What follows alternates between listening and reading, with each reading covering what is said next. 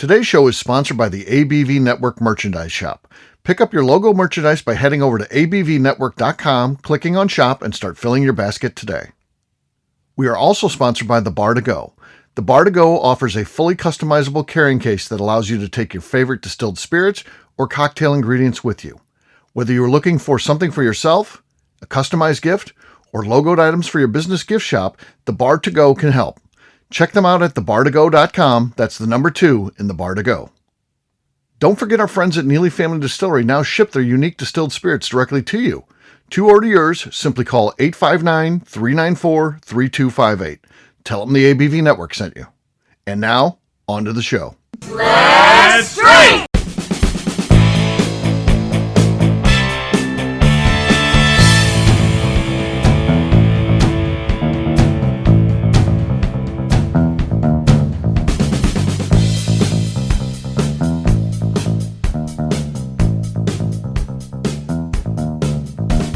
Welcome to the Bourbon Daily, the podcast about everything bourbon delivered to you every day of the week. Today on the show, we discuss the lack of George T. Stagg from the BTAC lineup this year. My name is McNew. Please join me in welcoming my co-host, Steve Akeley, along with our special guests, Danny Kennard, Jessica Fullerton, and Luke Otero. Hey, gang, what's up? Hey, guys. Hey, how's everybody doing tonight? Good. So we've got an interesting topic today. We're going to be talking about the announcement that came out earlier this week as we record this. Obviously, the show comes out well after we record it. But earlier this week, we found out there's going to be no George T. Stagg in this year's BTAC lineup. So we'll talk about that. We'll also get into our personal thoughts of what that means and, kind of get into some of the crazy things you hear on the internet and how people are losing their minds about this and fun stuff. So we'll get to that, though, after the break. For right now, though, McNew said there's something she wanted to talk about. What is that, McNew? Okay, so you're going to have to follow my train of thought until I get to.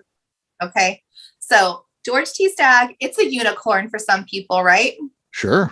So follow the unicorn. That is like the official, unofficial animal of Scotland.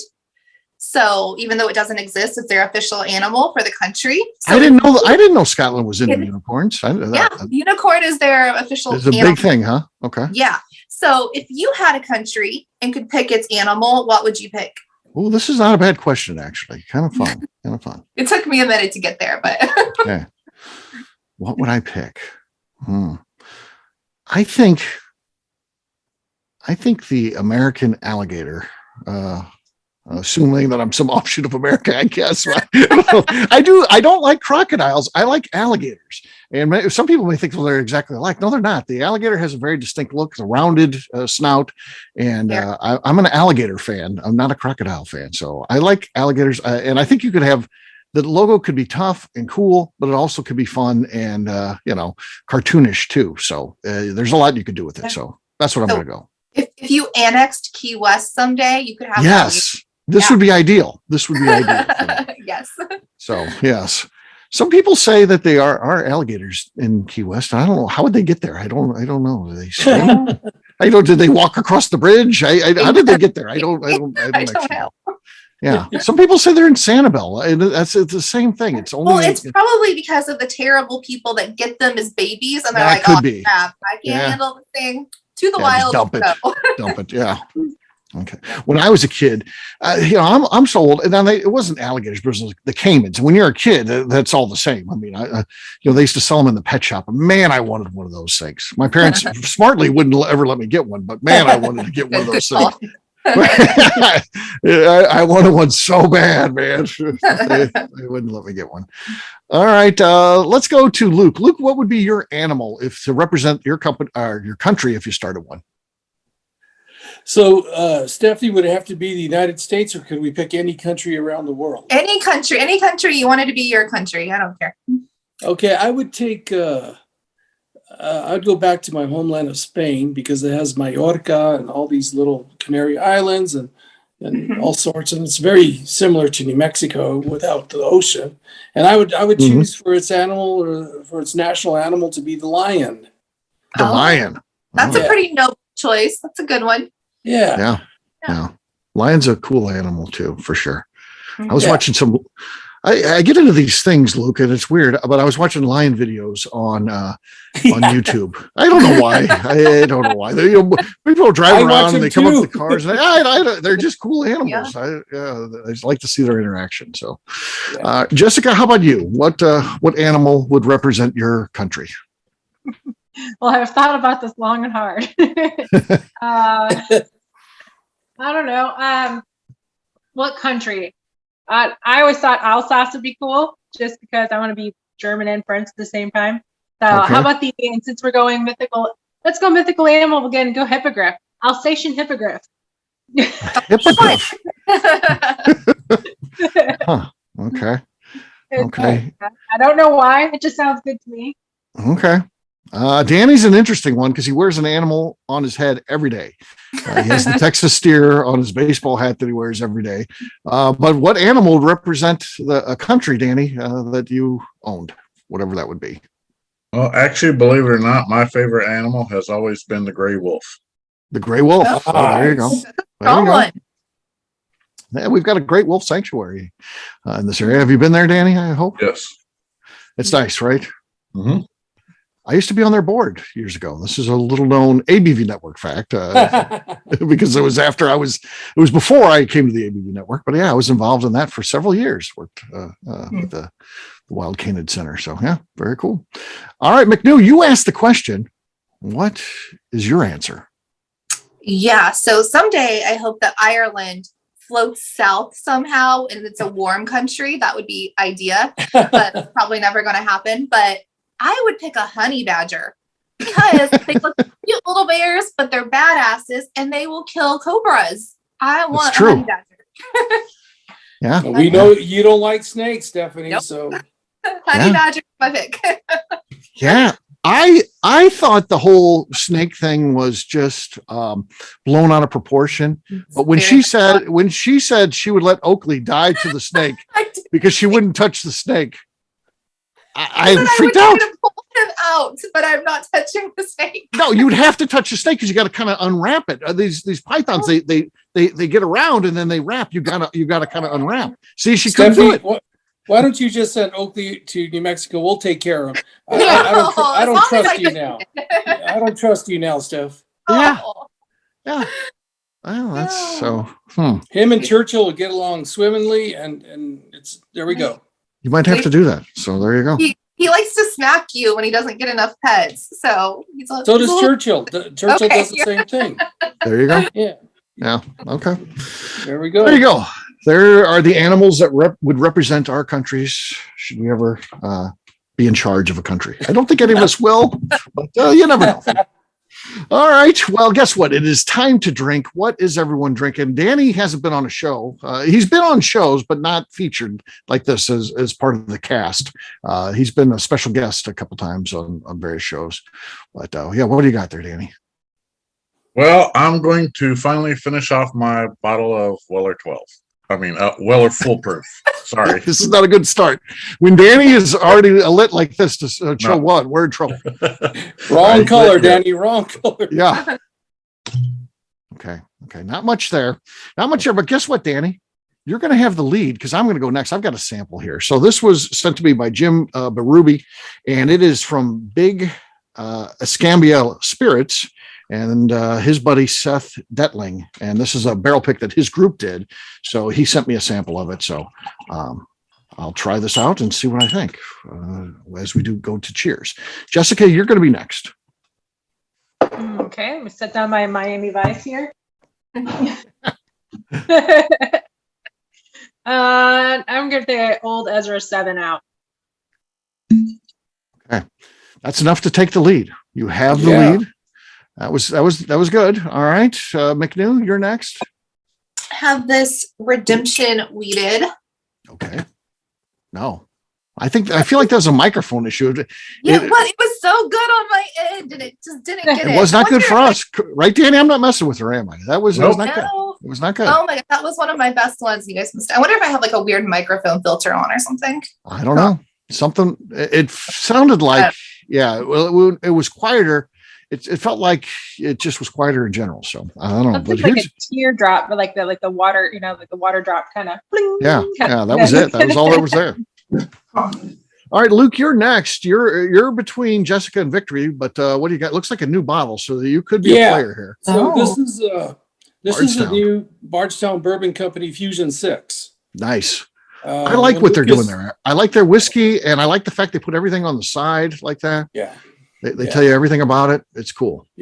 Full transparency. And Lucas and I visited them back in August, and they had run out of Fusion 6, but they're just finished bottling, Fusion 5, and they were bottling Fusion 6. So we were able to taste it, and then once it was bottled, they sent us some. So here we go. Oh, Luke.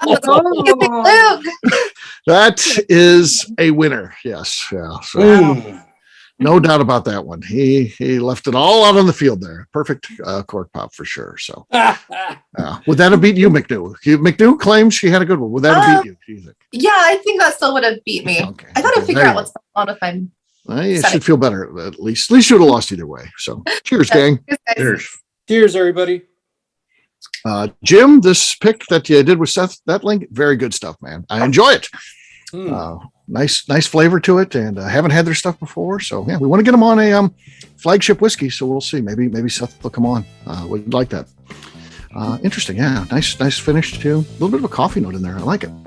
All right, what we'll do next, we'll take a quick break, and then when we come back, it is going to be time to talk about BTAC this year and what's going on. No GTS. We'll do that in just a few.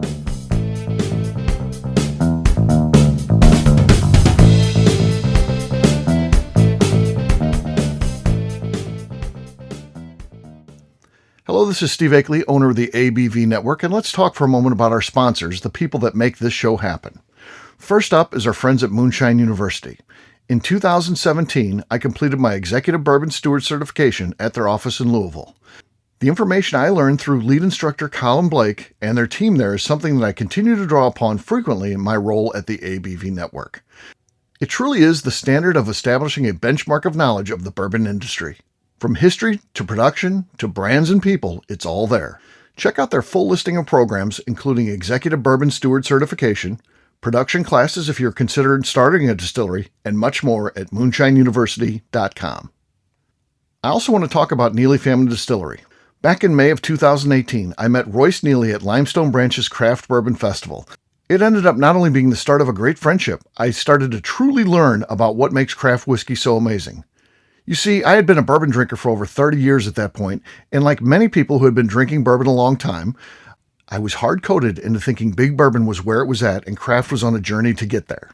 Spending time with Royce and learning the things he does to make his whiskey taste better started to really get me to appreciate how things like sweet mashing, open top fermentation, pot distillation, and the grains you are using not only makes your product taste better coming off the still, but also out of the barrel as well. I still love heritage brands and they make up a bulk of my collection. But when you find a craft distiller that is truly dedicated to the craft of distilling, you are drinking some of the best whiskey out there on the market today. That's exactly what's happening at Neely Family Distillery today. Check them out on the web at neelyfamilydistillery.com, or better yet, stop by and see them at their distillery in Sparta, Kentucky. And now, back to the show.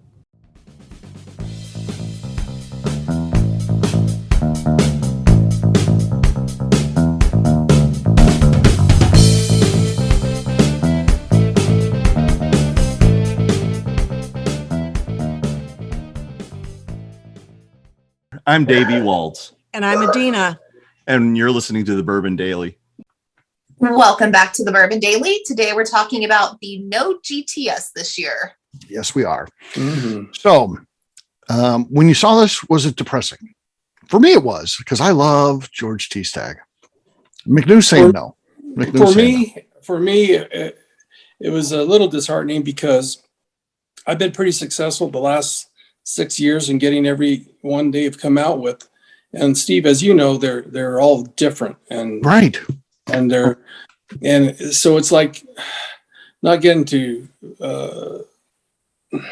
eat your favorite meal for the whole year of 2021. And, so yeah, I wasn't too thrilled about it, but I get it. Those things happen.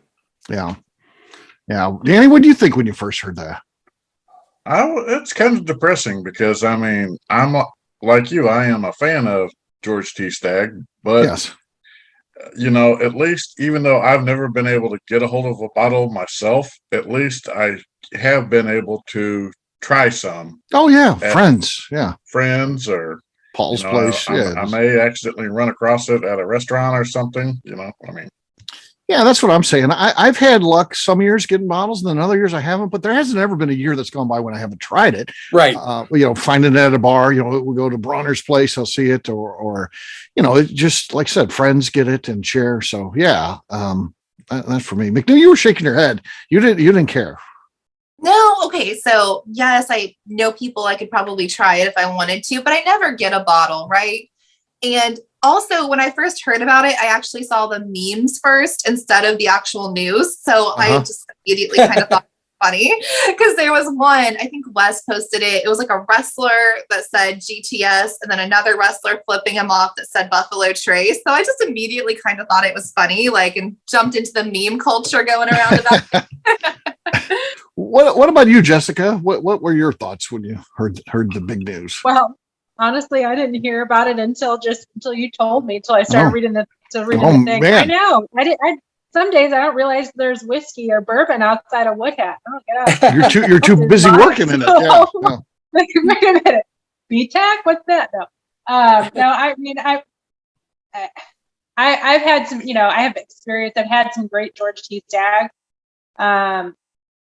I obviously am.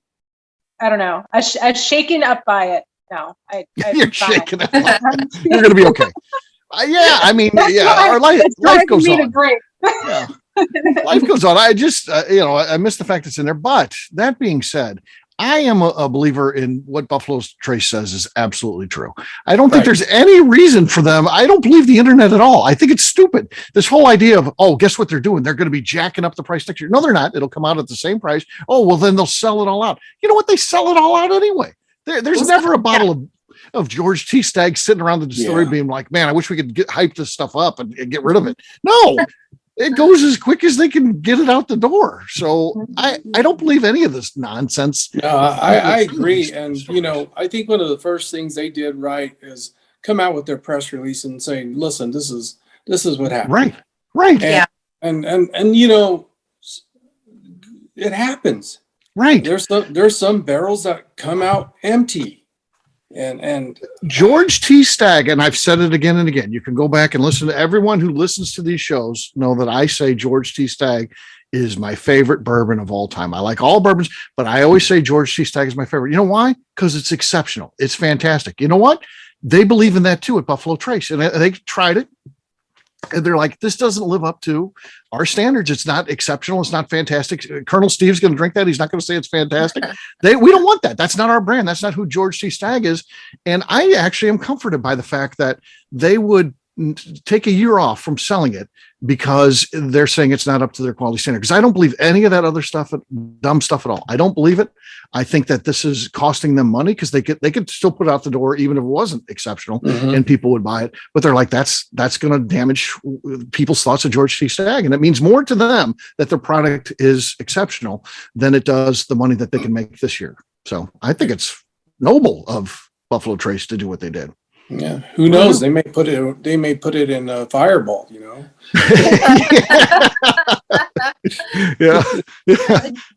They're actually living up to the saying on the plaque on the building. Yeah. So I commend them. Right. When you got a great product like George T. Stagg, you don't want to mess that up. And I think they go through a process. They taste it, and they tasted that. And again, I'm not even going to say that they tasted and say it's bad. They just said it's not Stagg level good, and that's a whole different mark. So, right, I think that's what happened. It's got to be exceptional. It's got to be above and beyond. It can't be even just good. That's not enough to be George T. Stagg. So, yeah. I like what they did. I mean, I think it's good for the industry, and I don't know why they have to take lumps over it. I really don't. Well, I still have a little bit left from last year, so I'll be very judicious in my That's pours. me too. Me too. That bottle just is it's going to be a little bit slower on the pours. I'll say that. Yes. Yeah. So, Yeah, because now you got to wait, and I'm sure, and people were, of course, pointing the finger of, look at that, the secondary exploded on Stagg now, so the prices, went up, 50% or 100% or whatever. Again, this is the crazies out there doing this stuff. Yeah, but it was already high on the secondary. Like people were already flipping those for insane prices. That didn't change anything. Yeah, well, right. Now they're flipping them for even more, Yeah. which is crazy to me. But that's just people. I mean, they're going to do what they want, and get with the crazy prices. And I'm not going to go crazy. I'm not going to buy a crazy priced bottle, but I will wait till next year, and I'll get it next year. So there you go. Yeah. And I know who's got a bottle that's pretty full too. If mine runs out, Royce Neely does, and I don't know how closely he watches the line. He better put marked lines on the side of the bottle. When I go over to his house, I'm going to be cracking into that. I know that. So. Yeah, but that's my thought. Does anybody feel differently? Does anybody just believe in this internet? Luke and I have kind of waited. Does anybody believe in all the internet junk? No, I like reading it. I don't believe it, but I thoroughly enjoy reading it. Yeah, sometimes it's if you look at it tongue in cheek and you're like, how crazy will someone get? Sometimes it's fun just to see how nutty they can get with their thought process. So, yeah, I get that. That's not. Some of those explanations are just. Yeah. What were you drinking or smoking or something? Right. So I'm waiting for in, I don't know, 5 or 6 years. And this is kind of in the back of people's minds. And there's terrible people out there. So I'm waiting for counterfeit 2021s. And some bourbon newbie is going to be like, look at my 2021 George T. Stagg. We're going to be like, no, baby. What's going to happen to somebody? Becca Neely, as we know, is friends with the guy on Instagram, Paul Good Shepherd. He actually lives in the town that Becca does. And did, of course. Now she's married. She was in Sparta, Kentucky. But I had a listener, Jeff from Iowa, sent me a message on Facebook or on Instagram and said, I bet you Paul Good Shepherd somehow, someway still gets a case of the 2021. Because he's always so resourceful. He gets so many of the unicorns. He's like, somehow, someway, that guy's going to be the only one to get a case of it. But yeah, crazy. Yeah. I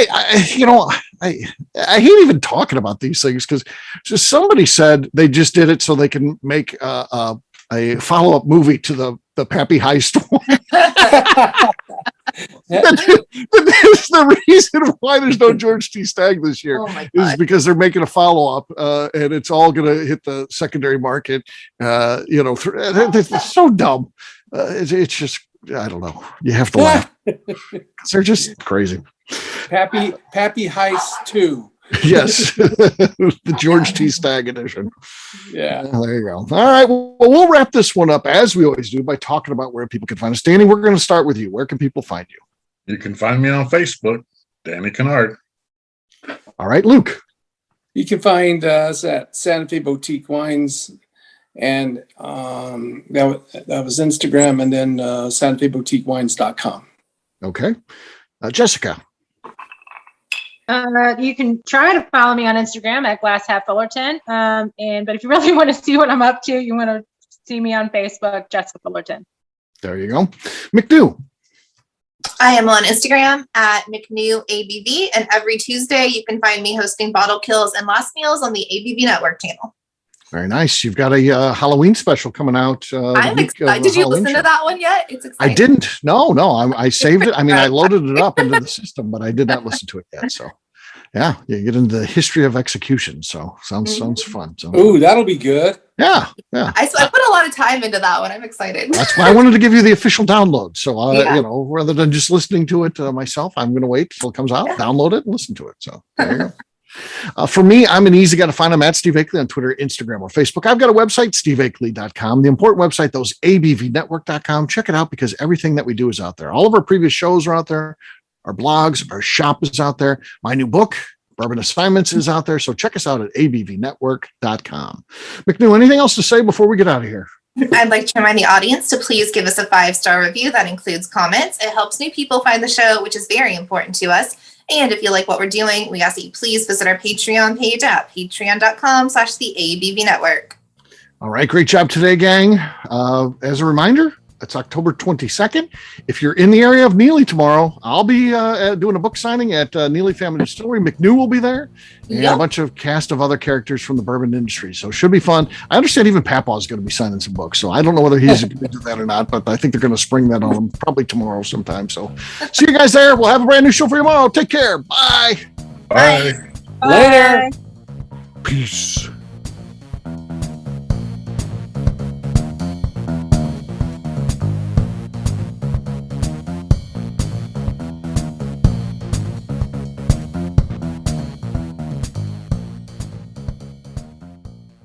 Before we finish the show, let's chat for a moment about Moonshine Still Pro. Moonshine Still Pro has a full line of products to help the home distiller.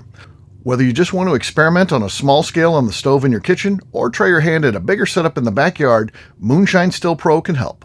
They have different still offerings as well as accessories and even grains from Goldstone Mill to help you make whiskey on par with what you get from your favorite distillery.